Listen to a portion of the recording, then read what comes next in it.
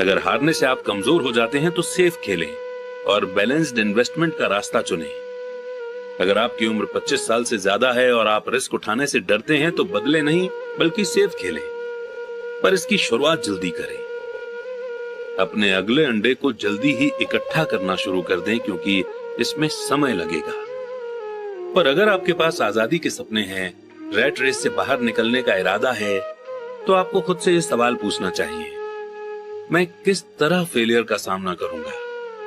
अगर नाकामयाबी से आपको जीतने की इंस्पिरेशन मिलती है तो शायद आपको कोशिश करनी चाहिए, पर सिर्फ शायद।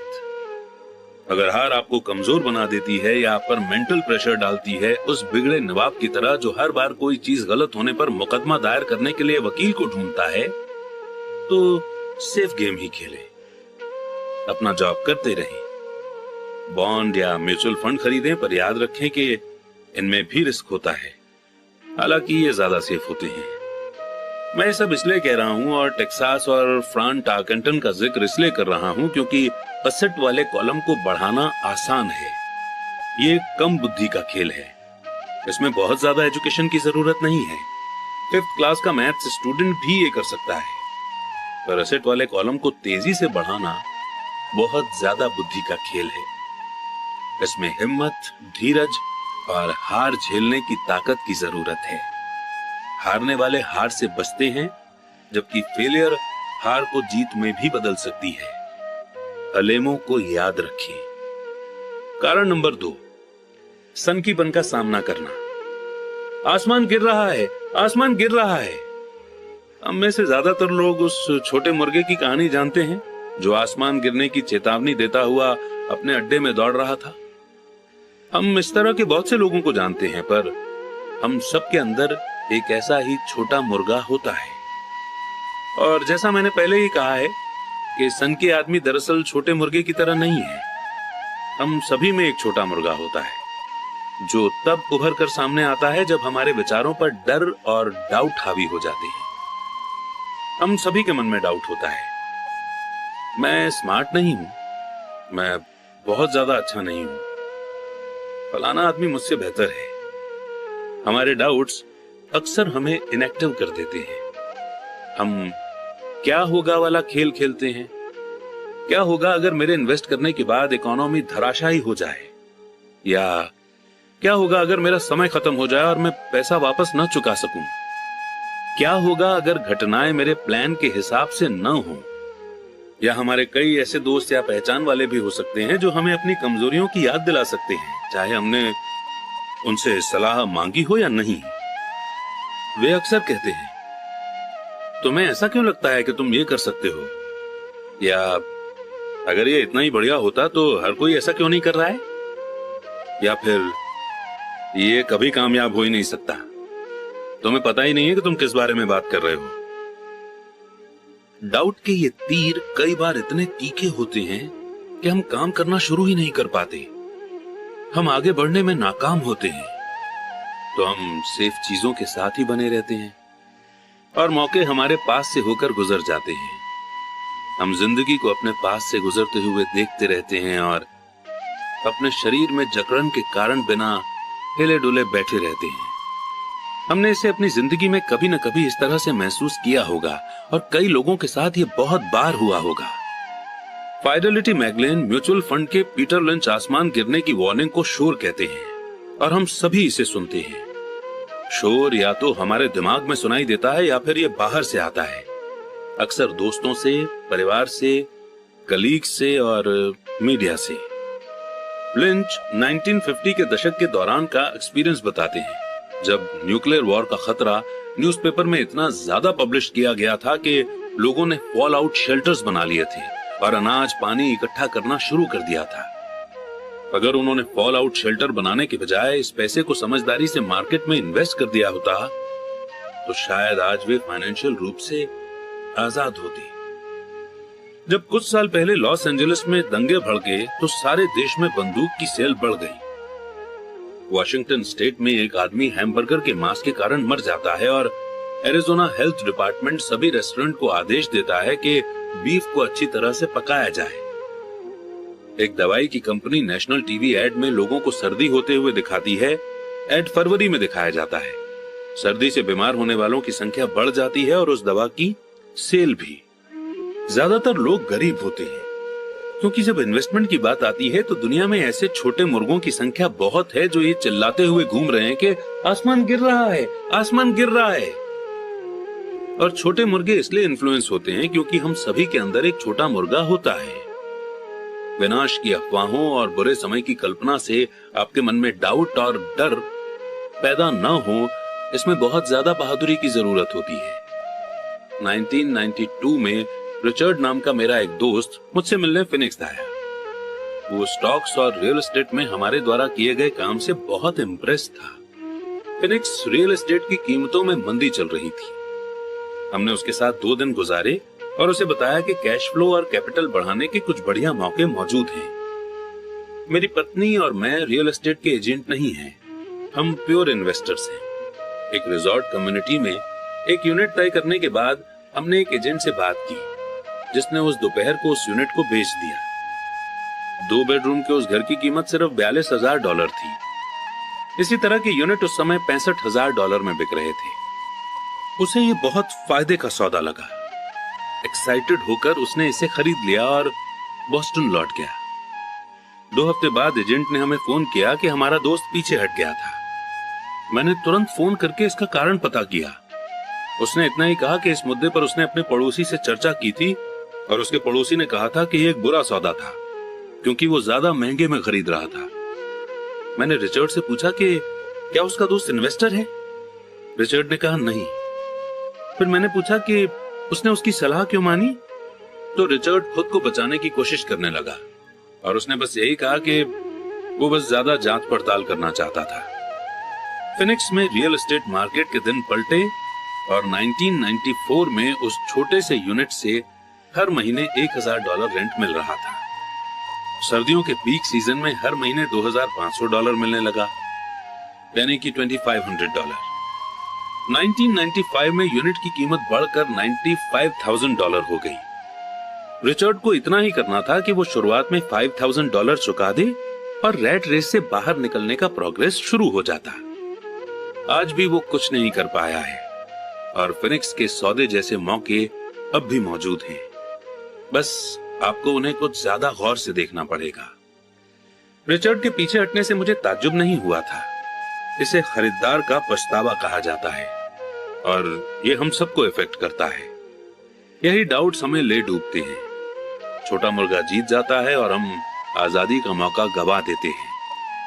दूसरे एग्जाम्पल में मैं सीडी के बजाय टैक्स लियन सर्टिफिकेट में अपने एसेट का कुछ हिस्सा रखता हूं। मैं अपने पैसे पर हर साल 16% कमाता हूं, जो कि बैंकों द्वारा दिए जाने वाले 5% से काफी ज्यादा है। ये सर्टिफिकेट रियल एस्टेट द्वारा सिक्योर्ड होते हैं और स्टेट के कानून द्वारा प्रोटेक्टेड होते हैं, जो यकीनन ज्यादातर बैंकों से ज्यादा बेहतर होते हैं, जिस आधार पर उन्हें खरीदा जाता है। वो भी काफी सेफ फॉर्मूला है। उनमें सिर्फ एक दिक्कत ये होती है कि उन्हें कैश में नहीं बदला जा सकता, तो मैं उन्हें 2 से 7 साल की सीडी मान लेता हूँ। हर बार जब भी मैं किसी को बताता हूँ, खासकर उसे जिसने अपना पैसा सीडी में रखा हुआ है, कि मैं अपने पैसे को इस तरह रखता हूं, तो वे मुझे बताते हैं कि ये रिस्की है। वे मुझे बताते हैं कि मुझे ऐसा नहीं करना चाहिए। मैं उनसे पूछता हूं कि उन्हें ये ज्ञान कहां से मिला, तो वे कहते हैं कि उनके दोस्त या इन्वेस्टमेंट मैगजीन से। उन्होंने ऐसा कभी किया नहीं और वे दूसरे आदमी को जो ऐसा कर रहे हैं ये बता रहे हैं कि उसे ऐसा क्यों नहीं करना चाहिए। मैं जिस सबसे कम इनकम की उम्मीद करता हूं वो 16% होती है, पर जिन लोगों के मन में डाउट होता है वे सिर्फ 5% से ही संतुष्ट हो जाते हैं। डाउट बहुत महंगा साबित होता है। मेरा मानना है कि यही डाउट और सनकीपन ज्यादातर लोगों को गरीब बनाए रखता है और उनसे सेफ गेम खिलवाता है। असली दुनिया इंतजार कर रही है कि आप अमीर बने, सिर्फ आपके डाउट ही आपको गरीब बनाए हुए हैं। जैसा मैंने कहा कि रैट रेस से बाहर निकलना आसान है, इसमें ज्यादा एजुकेशन की जरूरत नहीं होती, पर इन डाउट्स के कारण ज्यादातर लोग इससे बाहर नहीं निकल पाते। डाउट करने वाले लोग कभी नहीं जीत पाते। अमीर डैडी का कहना था, डाउट और डर के कारण इंसान डाउट करने वाला बन जाता है। ऐसे लोग सिर्फ बुराई करते हैं, जबकि जीतने वाले लोग एनालाइज करते हैं। ये उनकी एक और पसंदीदा कहावत थी। अमीर डैडी ने साफ साफ बताया कि क्रिटिसिज्म से दिमाग बंद जाता है, जबकि एनालिसिस से आंखें खुल जाती हैं। एनालिसिस के जरिए से जीतने वाले ये देख सकते हैं कि क्रिटिसाइज करने वाले अंधे हैं, और वे उन मौकों को भी देख सकते हैं जो और किसी को नहीं देख पाते हैं। दूसरे लोग जिन मौकों को नहीं देख पाते, उन्हें देखने की एबिलिटी किसी भी तरह की सक्सेस की चाबी है। जो लोग पैसे की आजादी ढूंढ रहे हैं, उनके लिए रियल एस्टेट इन्वेस्टमेंट का एक दमदार तरीका है। पर जब भी मैं रियल एस्टेट का जिक्र करता हूं तो मुझे यह सुनने को मिलता है, मैं टॉयलेट नहीं सुधारना चाहता। इसी को पीटर लिंच शोर कहते हैं। इसी को मेरे अमीर डैडी शक करने वाले लोगों के बहाने कहते थे। ऐसे लोग जो सिर्फ बुराई करते हैं, एनालाइज नहीं करते, ऐसे लोग जिनके दिमाग पर उनके डाउट्स और डरों का पर्दा पड़ जाता है, वे अपनी आंखें नहीं खोलते। तो जब कोई कहता है कि मैं टॉयलेट नहीं सुधारना चाहता, तो मैं जवाब देता हूं, आपको क्यों लगता है कि मैं ऐसा करना चाहता हूं? वे ये कह रहे हैं कि जो उन्हें चाहिए, टॉयलेट उससे ज्यादा इंपॉर्टेंट है। मैं रैट रेस से बाहर निकलने की आजादी के बारे में बात करता हूं, और उनका पूरा ध्यान टॉयलेट पर लगा रहता है। इसी तरह के विचार ज्यादातर लोगों को गरीब बनाए रखते हैं। वे एनालाइज करने के बजाय बुराई करते रहते हैं। मैं नहीं करना चाहता आपकी सक्सेस की चाबी को अपने अंदर समाये रहते हैं, अमीर डैडी का कहना था। क्योंकि मैं भी टॉयलेट ठीक करने में ज्यादा रुचि नहीं रखता, इसलिए मैं एक प्रॉपर्टी मैनेजर की तलाश कर लेता हूं जो टॉयलेट ठीक करने का ध्यान रखता है। घरों या अपार्टमेंट्स को चलाने के लिए एक बढ़िया प्रॉपर्टी मैनेजर को ढूंढने के बाद मेरा कैश फ्लो बढ़ जाता है। पर इससे भी ज्यादा इंपॉर्टेंट यह है कि एक बढ़िया प्रॉपर्टी मैनेजर मुझे और ज्यादा रियल एस्टेट खरीदने का मौका देता है, क्योंकि मुझे टॉयलेट का ध्यान नहीं रखना पड़ेगा। एक बढ़िया प्रॉपर्टी मैनेजर रियल एस्टेट में सक्सेस की चाबी है। मेरे लिए रियल एस्टेट से भी ज्यादा इंपॉर्टेंट है एक अच्छा मैनेजर खोजना। अक्सर किसी बढ़िया प्रॉपर्टी मैनेजर को अच्छे डील्स के बारे में पहले से पता चल जाता है, जबकि रियल एस्टेट एजेंट्स को बाद में पता चलता है, जिसके कारण वे और भी ज्यादा वैल्यूएबल हो जाते हैं। मैं नहीं करना चाहता, इसे सक्सेस की चाबी कहने के पीछे अमीर डैडी का यही मतलब था। क्योंकि मैं भी टॉयलेट को ठीक नहीं करना चाहता, इसलिए मैंने ये विचार किया कि किस तरह ज्यादा रियल एस्टेट खरीदी जाए और रैट रेस से बाहर निकलने का प्रोग्रेस तेज किया जाए। जो लोग ये कहना जारी रखते हैं कि मैं टॉयलेट नहीं सुधारना चाहता, वे अक्सर इस पावरफुल इन्वेस्टमेंट के माध्यम से खुद को वंचित रखते हैं। उनके लिए टॉयलेट उनकी आजादी से ज्यादा इंपॉर्टेंट होता है। स्टॉक मार्केट में मैं अक्सर लोगों को यह कहते हुए सुनता हूं कि मैं अपना पैसा नहीं गंवाना चाहता। उन्हें ऐसा क्यों लगता है कि मैं या कोई और इंसान पैसा गंवाना पसंद करता है? वे सिर्फ इसलिए पैसे नहीं बना पाते क्योंकि वे पैसा गंवाने के लिए तैयार नहीं होते। एनालिसिस करने के बजाय वे एक पावरफुल इन्वेस्टमेंट के मीडियम यानी स्टॉक मार्केट की तरफ से अपने दिमाग को बंद कर लेते हैं। दिसंबर 1996 में मैं अपने दोस्त के साथ गैस स्टेशन के पास से गुजर रहा था। उसने देखा और अनुमान लगाया कि तेल की कीमतें बढ़ जाएंगी। मेरा दोस्त बहुत चिंता करता रहता है, या छोटा मुर्गा है। उसके हिसाब से आसमान हमेशा गिरने वाला होता है, और अक्सर आसमान उसी के सिर पर गिरता है। जब हम घर पहुंचे तो उसने मुझे वो तमाम कारण बताए कि अगले कुछ सालों में तेल की कीमतें क्यों बढ़ेंगी। ये फिगर मुझे पहले पता नहीं थे, हालांकि मैंने मौजूदा ऑयल कंपनी में बहुत से शेयर खरीदे हुए थे। उस इंफॉर्मेशन के आधार पर मैंने तुरंत एक नई ऑयल कंपनी की खोज कर दी जिसे उसके रियल वर्थ से कम आंका गया हो। मुझे ऐसी ऑयल कंपनी मिल गई जो तेल के कुछ भंडारों को खोजने वाली थी।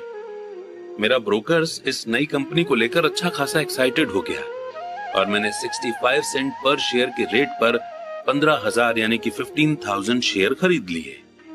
फरवरी 1997 में मैं उसी दोस्त के साथ उसी गैस स्टेशन के पास से गुजर रहा था और कीमत पर गैलन 15% बढ़ चुकी थी।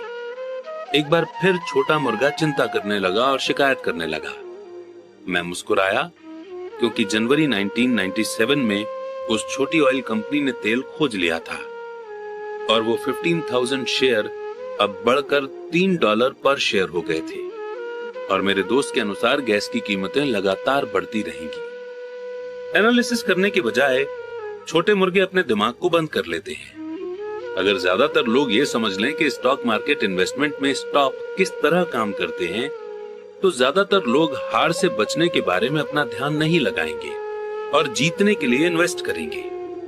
स्टॉप एक कंप्यूटर इंस्ट्रक्शन है जो प्राइस गिरने पर आपके शेयर को अपने आप बेच देता है, ताकि आपका कम से कम नुकसान हो और आपको ज्यादा से ज्यादा फायदा मिल सके। जो लोग हारने से घबराते हैं, उनके लिए ये एक बहुत अच्छा तरीका है। तो जब भी मैं लोगों को मैं नहीं चाहता इस पर ध्यान फोकस करते हुए देखता हूं और वे क्या चाहते हैं इस पर ध्यान फोकस करते हुए नहीं देखता हूं, तो मैं समझ लेता हूं कि उनके दिमाग में शोर की आवाज बहुत तेज होगी। छोटा मुर्गा उनके दिमाग पर हावी होगा, तभी चीख रहे हैं, आसमान गिर रहा है और टॉयलेट टूट रहे हैं। इसलिए वे अपनी अनचाही चीजों से बचते हैं, पर वे इसकी भारी कीमत चुकाते हैं। वे जिंदगी से जो चाहते हैं वो शायद उन्हें कभी न मिल पाए। अमीर डैडी ने मुझे छोटे मुर्गों को देखने का एक तरीका सुझाया। वही करो जो कर्नल सैंडर्स ने किया था। 66 साल की उम्र में उनका बिजनेस चौपट हो गया और वे अपनी सोशल सिक्योरिटी के चेक पर बस गुजर बसर कर रहे थे। इतना ही नहीं, वे फ्राइड चिकन की अपनी रेसिपी के साथ पूरे देश में इसे बेचने की कोशिश कर रहे थे। किसी के हाँ कहने पर पहले इस रेसिपी के लिए 1009 बार ना कहा गया और वे उस उम्र में करोड़पति बने जिस उम्र में लोग काम छोड़कर आराम करना चाहते हैं। वे एक बहादुर और जिद्दी आदमी थे। अमीर डैडी हार्लेन सैंडर्स के बारे में कहा करते थे, जब भी आप डाउट में हो और थोड़े से डरे हुए हो तो वही करें जो कर्नल सैंडर्स ने अपने छोटे मुर्गे के साथ किया था, उसे फ्राई कर लें। कारण नंबर 3, आलस। बिजी लोग अक्सर बहुत आलसी होते हैं। हम सभी ने उस बिजनेसमैन की कहानियां पढ़ी हैं जो पैसा कमाने के लिए कड़ी मेहनत करता है। वो अपनी पत्नी और बच्चों की सुख सुविधा के लिए काफी मेहनत करता है। वो ऑफिस में बहुत देर तक काम करता है और वीकेंड में भी ऑफिस के काम को घर पर ले आता है। एक दिन जब वो घर लौटता है तो उसे घर सूना मिलता है। उसकी पत्नी अपने बच्चों के साथ घर छोड़कर चली जाती है। उसे पता था कि उसके और उसकी पत्नी के बीच में प्रॉब्लम है, पर उस रिश्ते को ज्यादा मजबूत बनाने के बजाय वो काम में ही बिजी रहा। निराश होकर वो अपने काम के प्रति लापरवाह हो जाता है और उसके काम पर इतना ज्यादा असर पड़ता है कि उसकी जॉब चली जाती है। आज मैं कई ऐसे लोगों से मिलता हूं जो इतने बिजी हैं कि उन्हें अपनी प्रॉपर्टी की परवाह करने की भी फिक्र नहीं है, और ऐसे भी लोग हैं जो इतने ज्यादा बिजी हैं कि उन्हें अपने हेल्थ की परवाह ही नहीं है। दोनों का कारण एक ही है, वे बिजी हैं और वे बिजी बने रहना चाहते हैं, क्योंकि वे किसी चीज का सामना नहीं करना चाहते। उन्हें यह बताने की जरूरत नहीं है, अंदर से वे खुद जानते हैं। असल में अगर आप उन्हें याद दिलाएं तो वे गुस्सा हो जाते हैं या चिढ़ जाते हैं।